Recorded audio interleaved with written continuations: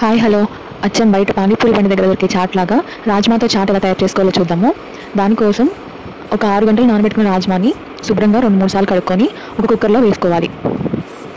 వాటితో పాటు ఒక 2 పెద్ద సైజు బంగాళదుంపల్ని తొక్కు తీసుకొని 2 ముక్కలుగా కట్ చేసుకొని వేసుకోవాలి. 1 టీ స్పూన్ ఉప్పు వేసుకొని 1 గ్లాస్ వాటర్ పోసుకొని ఉడికించుకోవాలి. 5 నుంచి 6 విజిల్స్ వరకు ఉడికించుకోవాలండి.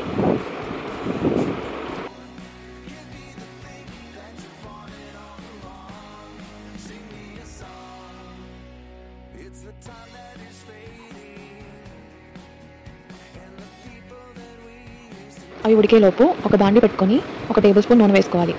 అందులో 1 టీ స్పూన్ జీలకర్ర, 1 ఇంచు దాల్చిన చెక్క, 1 టీ స్పూన్ మిరియాలు, 3 లవంగాలు. ఇప్పుడు ముక్కలుగా కట్ చేసుకున్న 2 ఉల్లిపాయలు, 2 టమాటాలు, 2 పచ్చిమిర్చి వేసుకొని బాగా వేయించుకోవాలి. కొంచెం అల్లం వెల్లుల్లి పేస్ట్ కూడా వేసుకోండి. ఈ పేస్ట్కి బదులు 1 ఇంచు అల్లం కానీ 4 రెబ్బలు వెల్లుల్లి కానీ వేసుకోవచ్చు. అవి బాగా ఫ్రై అయ్యాక లాస్ట్లో కొంచెం పుదీనా ఆకులు, కొంచెం కొత్తిమీర వేసుకొని 1 నిమిషం పాటు ఫ్రై చేసుకొని స్టవ్ ఆఫ్ చేసుకోవాలి. ఇవన్నీ కూడా చల్లగా అయ్యే వరకు ఉంచుకోవాలండి. ఇప్పుడు మనం కుక్కర్ మూత తీసుకొని రాజ్మాని, బంగాళదుంపని కొంచెం మ్యాష్ చేసుకోవాలి. ఉల్లిపాయ టమాటా దాన్ని మిక్సీ పట్టుకోవాలి.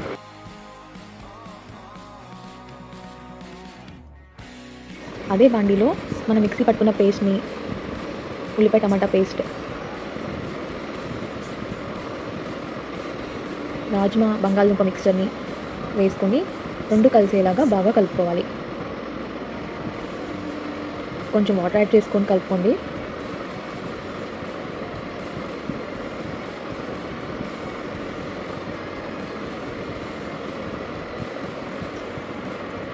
ఇప్పుడు అందులో 1 టీ స్పూన్ కారం,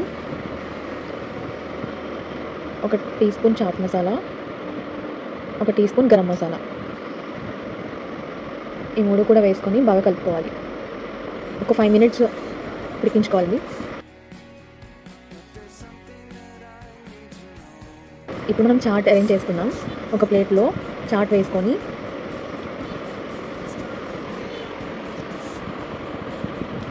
క్రిస్పీగా ఉండడానికి కార్న్ఫ్లేక్స్,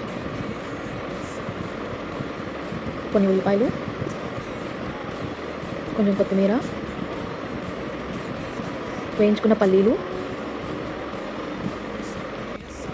పైన కొంచెం నిమ్మరసం వేసుకుంటే బాగుంటుందండి. మీరు కారపూస కూడా వేసుకోవచ్చు. అంతే అండి, ఎంతో టేస్టీగా ఉండే రాజ్మాతో చాట్ రెడీ అయిపోయింది.